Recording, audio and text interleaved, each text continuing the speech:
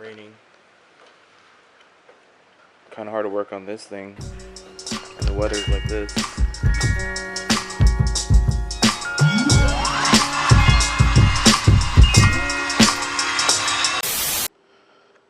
Alright guys, had to wait till the rain cleared up. Yeah, here's some updates for you guys. I've only been slacking off on updates because I've been waiting on stuff, but I got a few things in, so. The first obvious one is all the gold plating, and I couldn't wait to record putting it on, so I just threw it on, but I'm going to take everything off later tonight, so I'll probably record some of that. But I got the coil bracket gold plated, I got the valve covers gold plated, the alternator mount right there is gold plated. It's kind of hard to see, but figured might as well do it. So you can see right there. And then the front mount is gold plated too. This piece right here is the idler or the tensioner relocation pulley. I think it mounts like this to right here. I can't remember. Something like that. So I got that. Then I got obviously the other valve cover and coil brackets mounted or plated. And then also the power steering is plated. So just some small details, you know, that I wanted to do. The other thing too is I got these fuel rails. They're not fully mounted, but they're LS2 fuel rails. I'm probably going to replace the hardware. It came with these cheap Phillips head nuts and bolts. I'm going to replace those. It came with this too. I'm probably not going to use this because this is used for if you have a GM vehicle or F-body. Converts your stock lines to the AN fitting. And then the other fuel rail. It's kind of funny. These guys kind of sent me 2 sets. So here's the other set right here with some leftover stuff. So if any of you guys want a set, hit me up. And you know, I'll let it go for super cheap. Basically just have to pay for shipping. Then I got some other stuff here. I got this intake pipe. This is a 3.5 inch. I'm not going to use these filters. This is like an eBay pipe pretty much. But what I am going to do is I'm going to put a 4 inch, because this is 102 millimeter, 4 inch to 3.5, and then a reducer coupler, and then I'm going to go MAF, mass airflow right here, and then from there it's going to hook up to this. And I'm just going to wrap it with like some titanium wrap just for aesthetics, and I guess it'll be kind of functional. It'll kind of block the heat from warming this up. Then from there I got these things, some Crawford Racing intake pipes. So there's 4 pieces. I'm only going to be using 2 of these. These are only like 3.5, so from this pipe I'm going to attach, well, I'm going to figure it out, but it's basically going to go something like this. I'm going to cut it up a little bit. And then from the pipes are going to be a pair of Active AutoWorks intake filters. So it's a pretty expensive setup. The whole intake setup probably cost me around $300–400, I think. So yeah, anyway, that's that. And I also got, well, actually first I got these Jegs fittings, the black gold elite fittings, and this came with like its own braided line, but it was the wrong size. It was supposed to be -6 AN, but I don't know, it didn't really fit, so I actually had to buy myself some new hose. And I've already fit one side with one of the gold fittings right here.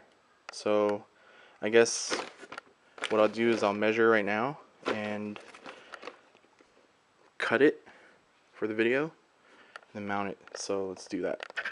So the best practice is to measure and then wrap where you want to cut with tape. So around there, and then cut. And this is sort of my first time dealing with braided lines and fuel lines and fittings and all that stuff. It's actually not that bad. So we're wrapped up, tape. Now we cut. Super clean cut. Now we get the fitting on. So pretty much we're gonna take this fitting off. You guys wouldn't believe how ridiculously easy this is. I thought it was more complicated, but this is a long fitting. Okay. So take your hose end and your fitting, and then you sort of jam it on. Once it's in, you start twisting counterclockwise until it bottoms out. And you can tell it bottoms out by just looking through it. And then you literally just put it on each end and then tighten it. So I'm going to do that right now. Just pretend it's on. So this is it installed. I haven't fully tightened it yet because I'm just doing it hand tight. And then probably what I'll end up doing is I'll wrap this with some tape and then use an actual wrench to wrench it down.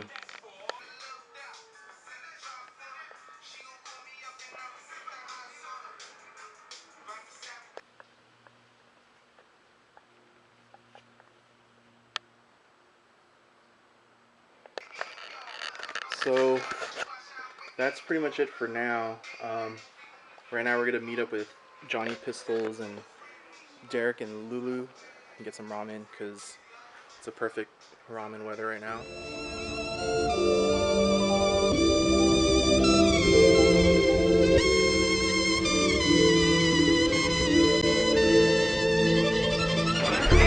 Alright, we're here at Underbelly after working on the car. Johnny got Belly of the Beast. And I got the regular.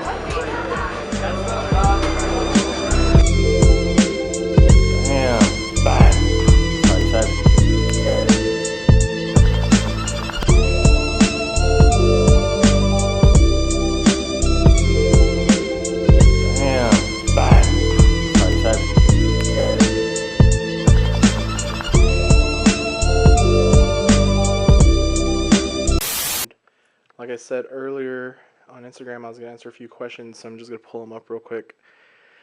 First one is from, oh, you can't see it, but RC Slide. He says, what is your favorite cereal? I don't really have a favorite cereal. I don't really eat cereal in the first place, but if I had to pick one, it would probably be Captain Crunch. Just Soup asks, what kind of milk do you prefer? I actually prefer like soy milk. I've been drinking that a lot. I don't know why. Like soy almond milk is pretty good. That's what my brother gets, so I just drink whatever he gets. LJ doesn't have Instagram asks, where are you ordering all your parts? Well, unless you're going to buy like a prepackaged like crate motor, like an LS3 or something direct from Chevy, if you're doing what I'm doing, you're going to have to order from like all sorts of places. Like for example, the first motor that I had, I got from Craigslist. This was like the 5.3, and I got this from, I forgot where I ordered this from. It was a dealer who deals like the fast parts. I got these fuel rails from Summit Racing. I got the fuel, or these braided lines and these fittings from Jegs.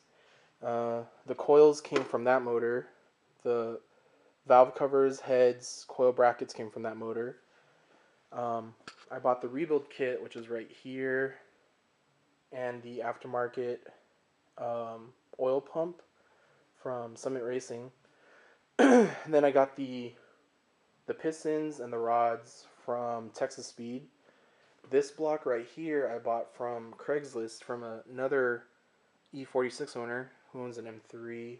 He swapped in like an LS1 into his car, I think. I forgot why he sold this one, but this one was clean and I just had to do some light machine work.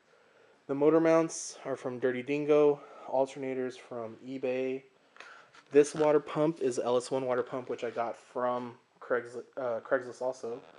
The crank or harmonic balancer and the crankshaft is from that motor. Let's see what else. This throttle body I got from someone on the forums from LS1 Tech. Fuel rail, more fuel line from Jegs. These pipes, can't really tell you where I got these from. I also got my intake valves right here from Texas Speed. They're 2-inch LS1 intake valves.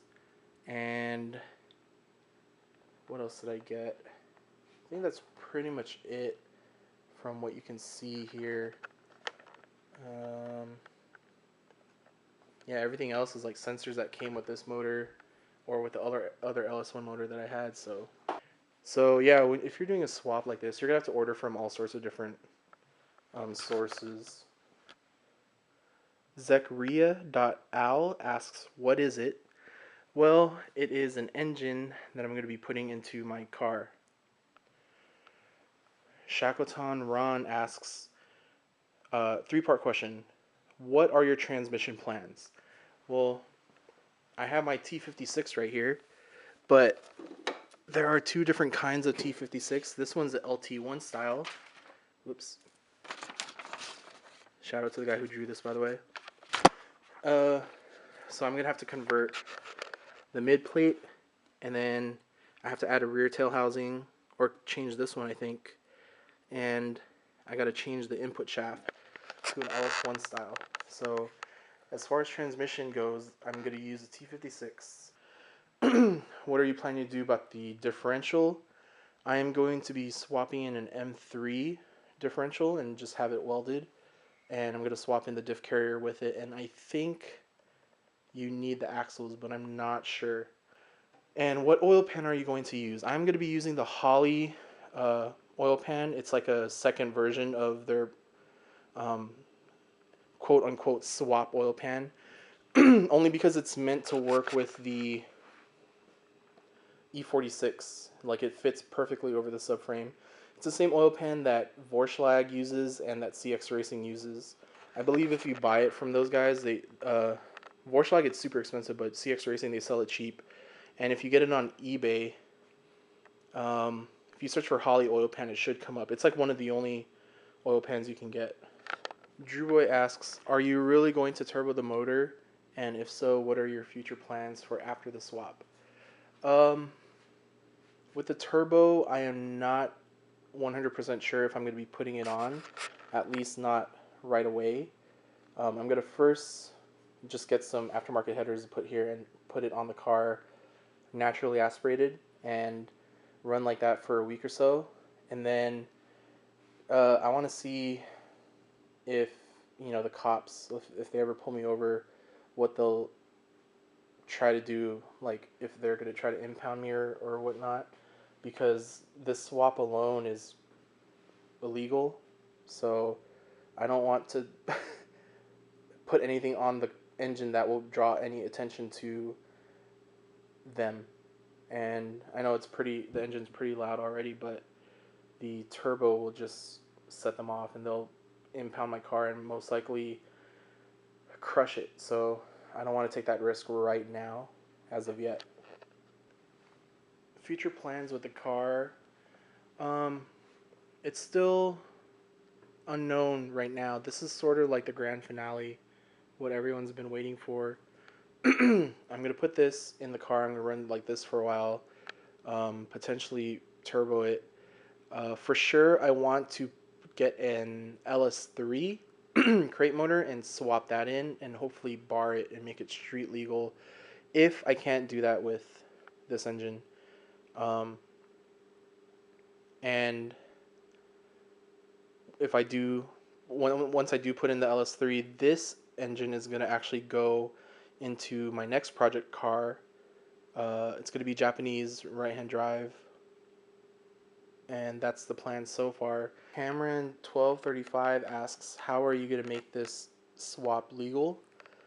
That's a good question, actually. The law states that the engine has to be from a car that's either current year or newer than your vehicle that you're putting it in. And my car is an 03, 02, 03, and this motor, this block right here is off of a 97 to I think 2000 or 2001 Camaro.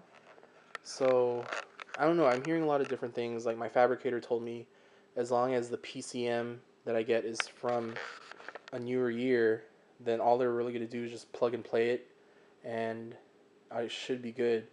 But I also spoke with the ref and or the referee office, and they said that the block has to match everything. I don't know how they're gonna check it, because the stamping, you can't really see it. So I don't know what they're gonna do, if they'll even know. So that's why I'm not sure if I'll be able to get it street legal yet. I'm just gonna get everything running and get a newer ECU and hope for the best. Worst case scenario is they won't bar it and it won't be a street legal swap. So yeah, I'm gonna have to figure something out. And then last question is from Juneboo14. Where do you get all your money to fund your project? Well, if I told you, I would have to kill you.